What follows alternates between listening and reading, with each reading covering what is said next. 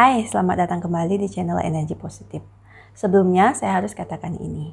Saya membangun channel ini bukan untuk menggurui atau mengajari teman-teman, tapi saya membangun channel ini dengan tujuan untuk mendorong teman-teman menemukan sendiri kebijaksanaan itu dan pengetahuan itu di dalam diri kamu sendiri. Karena pusat kehidupan, pusat kebijaksanaan, dan semua tuntunan yang kamu butuhkan itu sesungguhnya ada di dalam diri kamu sendiri. Kamu hanya belum menemukannya. Channel ini berisi tentang pengetahuan saya melalui pengalaman-pengalaman saya untuk membantu teman-teman menemukan jalannya, menemukan kebijaksanaan itu di dalam diri.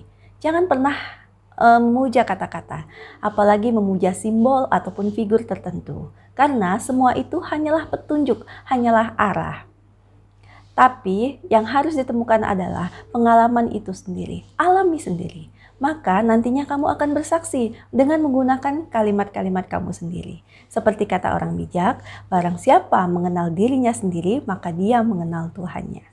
Silakan kamu subscribe, karena di video ini kita akan banyak belajar mengenai hal-hal yang dapat membantu kamu, menuntun kamu melalui diri kamu sendiri, kebijaksanaan dari dalam diri kamu sendiri. Simak videonya ya. Enggak sih kamu mengalami situasi seperti ini ketika kamu mengalami satu hal, satu momen atau satu hal yang menyakitkan di dalam hidup kamu, misalnya kamu disalahkan, dijadikan kambing hitam oleh orang lain, atau ketika kamu difitnah, ketika orang yang kamu kasihi meninggalkan kamu, ketika kamu berada pada titik terendah di dalam hidup kamu, ya, kamu merasa begitu down, begitu negatif, begitu sedih, dan kemudian kamu melihat sebuah kalimat atau sebuah kata-kata yang memotivasi, menginspirasi, atau kamu membuka YouTube, kemudian kamu menemukan channel atau menemukan video yang membuat hati kamu menjadi teduh, menjadi tenang melalui kalimat-kalimat motivasi yang diberikan, ya. Kalimat-kalimat motivasi seperti tersenyumlah, gitu ya, maafkanlah orang yang menyakiti kamu, jangan membalas kejahatan dengan kejahatan, lupakanlah, selalu berusahalah berpikir positif, hindari berpikir negatif, dan segala macam. Semua motivasi seperti itu biasanya kita akan merasa damai, merasa tenang dengan kalimat-kalimat seperti itu. Bahkan banyak dari kita yang mencatatnya, menjadikannya semacam reminder gitu ya, ditulis di buku, dipasang di dinding, kemudian video-videonya kita masukkan dalam playlist untuk menjadi pengingat bagi kita agar kita tetap berpikiran positif. Namun, apa yang terjadi? Apakah kalimat-kalimat indah tersebut, kata-kata mutiara tersebut, ataupun video-video motivasi tersebut dapat sungguh-sungguh mengobati luka hati kita atau menyembuhkan dendam, amarah, dan kebencian itu? Ternyata tidak. Saya sering kali mengalami ini, dan saya percaya banyak sekali orang yang mengalami ini, karena ada teman yang bercerita bahwa kadang-kadang ketika saya dengar misalnya YouTube, ya, dia menyebutkan salah satu channel yang sangat terkenal di negeri kita ini, orang-orang yang sangat berpengaruh gitu ya, figur-figur tertentu. Dia mengatakan hati saya tenang, hati saya damai, dan kemudian dia membagikan, men-sharing postingan-postingan itu. Tapi entah kenapa itu hanya terjadi, rasa tenang, rasa damai itu hanya terjadi untuk beberapa saat saja, beberapa jam atau beberapa hari, atau paling lama beberapa minggu. Setelahnya nanti akan kembali dia merasakan hal-hal yang negatif itu, merasa sedih lagi, merasa benci lagi, merasa dendam lagi, merasa tidak diperlakukan dengan adil, merasakan kenegatifan, dan kadang-kadang termasuklah mengasihani diri sendiri. Misalnya gini nih, misalnya saya punya teman, ya, dan kemudian saya juga punya pacar gitu. Tanpa sepengetahuan saya, teman saya ini selingkuh dengan pacar saya di belakang saya, dan kemudian mereka menikah. Bayangkan betapa sakit hatinya, betapa hancurnya semua itu kan. Nah, biasanya ketika kita sedang sedih, ketika kita sedang sangat pahit, kita mencari-cari ya channel ataupun konten-konten ataupun hal-hal yang bisa mengobati hati kita. Dan tapi jauh di dalam hati kita kita belum sembuh gitu ya, kita belum merasakan pemaafan itu, kita bahkan tidak bisa melupakannya. Ketika suatu saat saya bertemu kembali dengan mantan saya yang ternyata lebih bahagia kehidupannya dan saya masih terpuruk dan saya masih merasa pahit, saya terpukul berkali-kali. Mungkin jauh di dalam hati kita berharap, wah, kapan ini dapat karmanya, kapan sih dia mendapatkan balasan atas perbuatannya. Oh, kita berharap seperti itu tanpa kita sadari. Kita semakin lama semakin tenggelam dalam kenegatifan itu.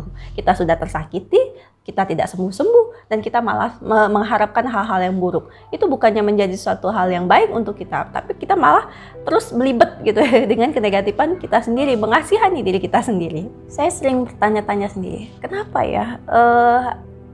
Kenapa kadang-kadang kita merasa up and down gitu ketika kita sedang sedih. Kita merasa oke kembali ketika bercerita, berkumpul dengan teman. Kemudian kita tadi ya membaca atau mendengarkan motivasi-motivasi itu. Tapi ketika kembali sendirian, hati kita hancur lagi, hati kita menjadi down lagi. Setelah saya pikir-pikir, memang bukan kontennya, bukan kata-kata motivasinya yang tidak bagus, tidak baik, bukan. Ya, bukan saya mengatakan bahwa itu buruk, bahwa itu sesuatu yang tidak berguna, bukan. Itu menjadi kurang bermanfaat apabila kita tidak mengetahui sumber dari rasa sakit hati, sumber kenegatifan kita sendiri, dan kita tidak mengobati penyebabnya. Ini mirip kalau kamu sedang demam gitu ya. Misalnya semua orang pasti pernah demam. Ketika demam, kita minum obat paracetamol misalnya untuk mengobati demamnya. Ya, untuk beberapa waktu demamnya hilang, demamnya sembuh. Kita merasa oke kembali, baik kembali. Tapi kemudian demamnya muncul lagi. Ternyata penyebab demam itu ya bisa macam-macam, bisa karena diare, bisa karena ada radang atau infeksi. Sebelum kita menyembuhkan penyebabnya ini tadi, maka gejalanya, demamnya tadi akan terus muncul. Yang terjadi adalah ketika kita merasa termotivasi, kita hanya menyembuhkan emosi kita saat itu saja. Kita hanya menyembuhkan gejalanya, demamnya. Tapi penyebab-penyebab akar dari masalah, akar dari emosinya sendiri belum tersentuh, belum tersembuhkan. Itulah kenapa kita masih merasa membawa-bawa perasaan negatif itu dalam diri sendiri. Kuncinya hanya satu, karena kita belum menjangkau sumber masalahnya. Jadi kita sampai pada pertanyaan, bagaimana cara menyembuhkan diri? Bagaimana cara menyingkirkan pikiran negatif dan perasaan negatif itu sendiri? Caranya hanya satu, dengan berlatih menyembuhkan penyebabnya, dengan berlatih untuk mengenali akar masalah itu sendiri, menyelesaikan penyebab-penyebabnya. Gitu ya. Kalau kita sakit hati, kalau kita dihianati, jangan resisten, jangan menjadi bebal. Terimalah segala sesuatu apa adanya. Menerima segala sesuatu sebagaimana adanya bukan berarti kita pasrah disakiti, kita diam aja disakiti. Ya nanti dia dapat karmanya sendiri, biar nanti dia mendapatkan balasannya di neraka sana gitu ya. Biarlah saya hidup seperti ini. Itu bukan mengobati diri sendiri. Menjadi pasrah seperti itu bukan mengobati diri sendiri, tapi itu menanti-nantikan kejahatan yang akan terjadi pada diri orang tersebut. Itu sama saja menimbun kenegatifan untuk diri kita sendiri. Saya katakan begini, ketika kamu merasa sakit hati dengan orang lain, sesungguhnya masalahmu bukan kepada orang yang menyakiti kamu itu. Jangan fokus pada dia, jangan lagi fokus pada apa yang dia lakukan kepada kita. Masalahnya adalah dirimu sendiri. Fokuslah kepada dirimu sendiri. Ya, kamu tidak akan pernah bisa mengubah apa yang terjadi, pun kamu tidak pernah bisa mengubah orang lain. Satu-satunya yang bisa kita miliki, yang bisa kita kontrol adalah mengendalikan reaksi kita terhadap apa yang terjadi, terhadap apa yang dilakukan orang kepada kita. Hanya itulah yang bisa kita lakukan. Kalau kamu sakit hati, jangan mencari-cari kesalahannya dan juga tidak perlu mencari-cari kesalahan kamu. Karena kamu akan menyalahkan diri kamu sendiri. Terimalah apa yang sudah terjadi, misalnya kamu ditinggalkan, misalnya juga kamu difitnah dan sebagainya. Jangan buru-buru memberikan reaksi. Selamilah keadaan itu. Selamilah semua emosi yang muncul di dalam diri kamu. Selamilah pikiran-pikiran yang negatif di dalam diri kamu yang up and down yang muncul hilang seperti itu ya. Selamilah, ambillah momen untuk diri kamu sendiri. Jangan pernah menyibukkan diri atau mencari pengobatan di luar diri kamu, mencari pengisi kekosongan. Ya misalnya terus bepergian dengan teman boleh, tapi jangan menjadikan itu sebagai kebiasaan gitu ya. Nongkrong dengan teman-teman atau curhat kemana-mana, curhat di medsos gitu ya. Ada porsi-porsinya. Tapi sebagian besar yang kamu butuhkan adalah menyembuhkan diri kamu dari dalam. Sering-seringlah meluangkan waktu untuk diri kamu sendiri. Ambil waktu dalam sehari itu bisa sejam, 2 jam untuk diri kamu sendiri. Saya pikir sesibuk-sibuknya orang, tentunya sebenarnya dia bisa untuk meluangkan waktu untuk dirinya sendiri. Misalnya saat-saat istirahat, saat misalnya pekerjaan rumah sudah tidak terlalu menumpuk lagi gitu ya. Sore hari pulang kerja, misalnya kamu suka tanaman, kamu bisa sambil membersihkan tanaman. Kamu tidak suka tanaman ya kamu silakan melakukan kegiatan yang lain, duduk-duduk saja misalnya gitu kan. Berkontemplasi. Kontemplasi ini bisa dilakukan dengan 2 cara. Yang pertama, ya kamu diam saja, dengarkan saja. Ya sesungguhnya ini hal yang sangat sederhana, tapi karena saking sederhananya, orang tidak mengerti bagaimana cara melakukannya. Masa sih hanya dengan diam-diam saja kamu bisa menyembuhkan diri sendiri? Benar, justru kamu mencari-cari di luar itu, kamu tidak akan pernah sembuh. Diam saja, dengarkan pikiranmu, dengarkan batinmu. Selami rasa sakit itu tanpa terlibat di dalamnya. Gimana ya?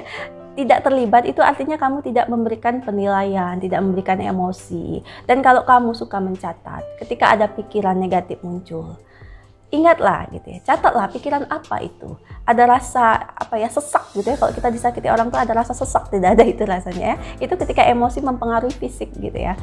Di situ namanya emosi, energi in motion. Jadi ada rasa sesak di dalam dada. Ada kemudian ketika marah itu seperti ada sesuatu yang menggemuruh di kepala gitu ya.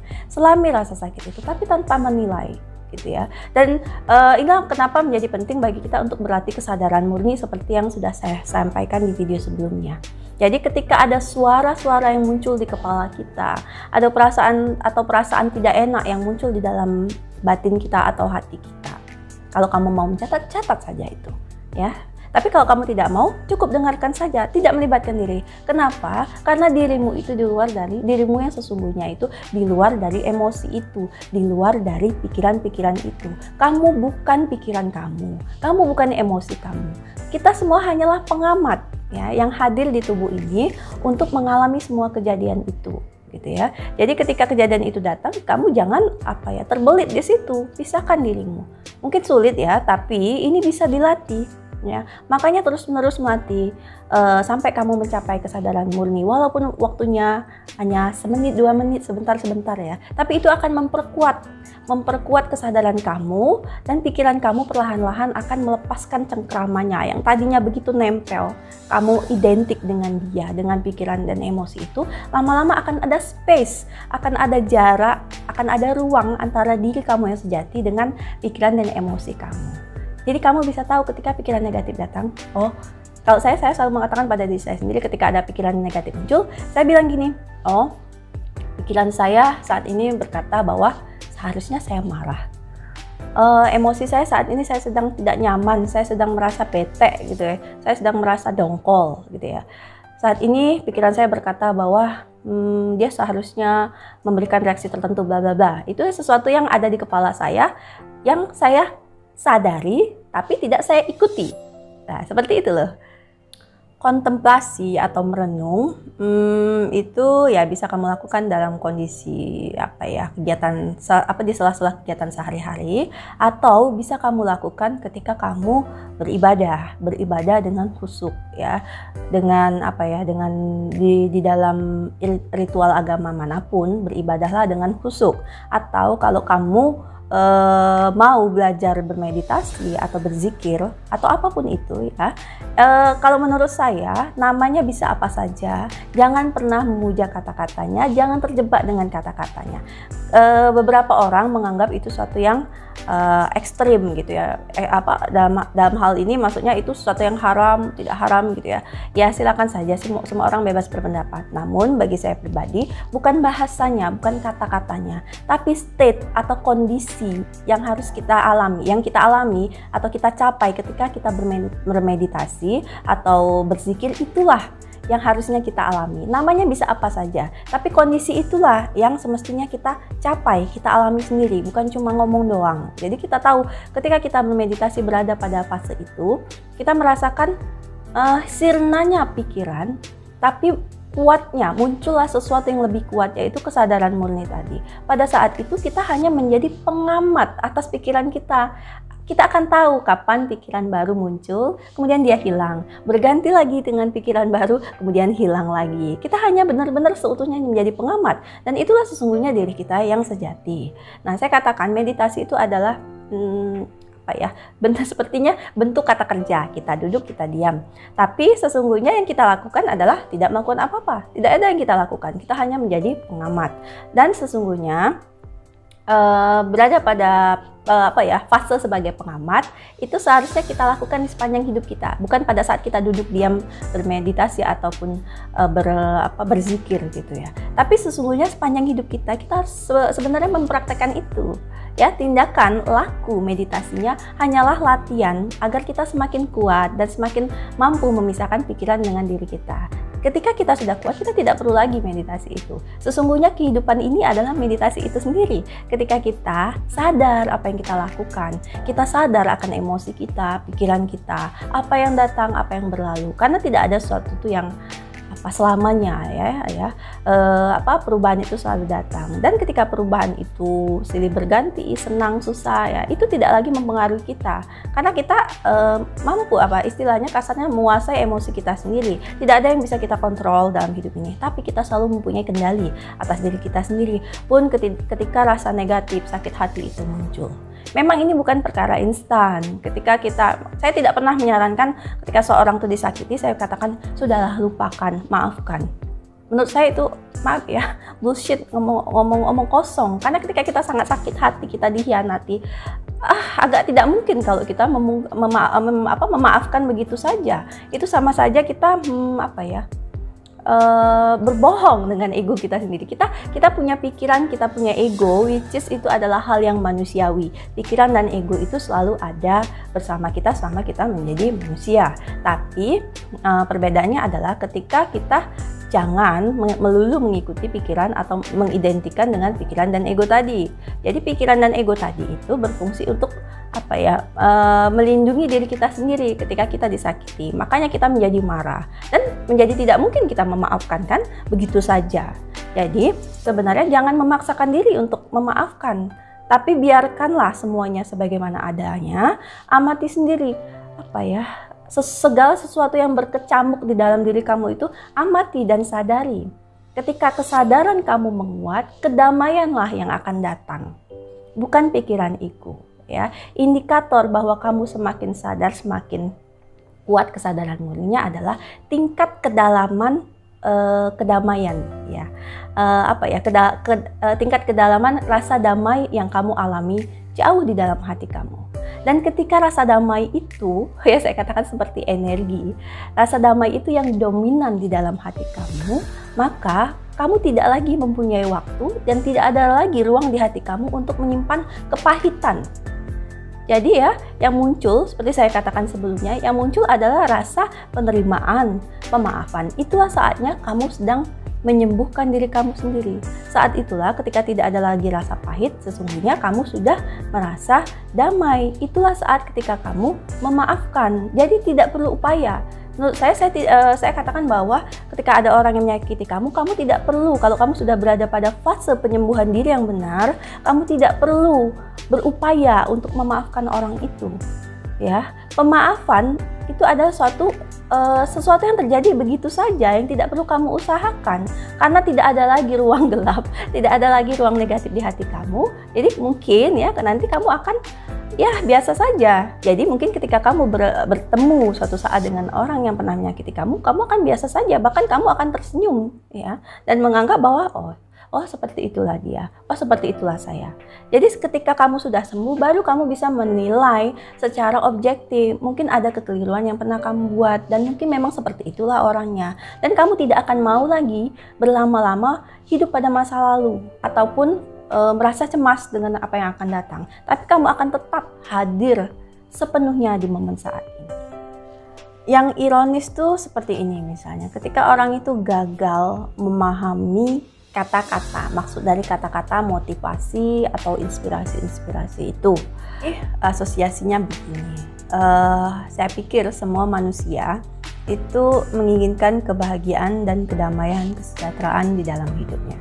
Katakanlah, kita semua sedang berjalan mencari state itu, kondisi bahagia itu. Dan ketika kita berjalan, kita menemukan nih, ketika di persimpangan jalan, kita menemukan papan petunjuk. Papan petunjuk ini kira-kira begini. Untuk bagi kamu yang mencari kebahagiaan, maka kebahagiaan itu ada di arah misalnya barat daya kurang lebih 15 km lagi.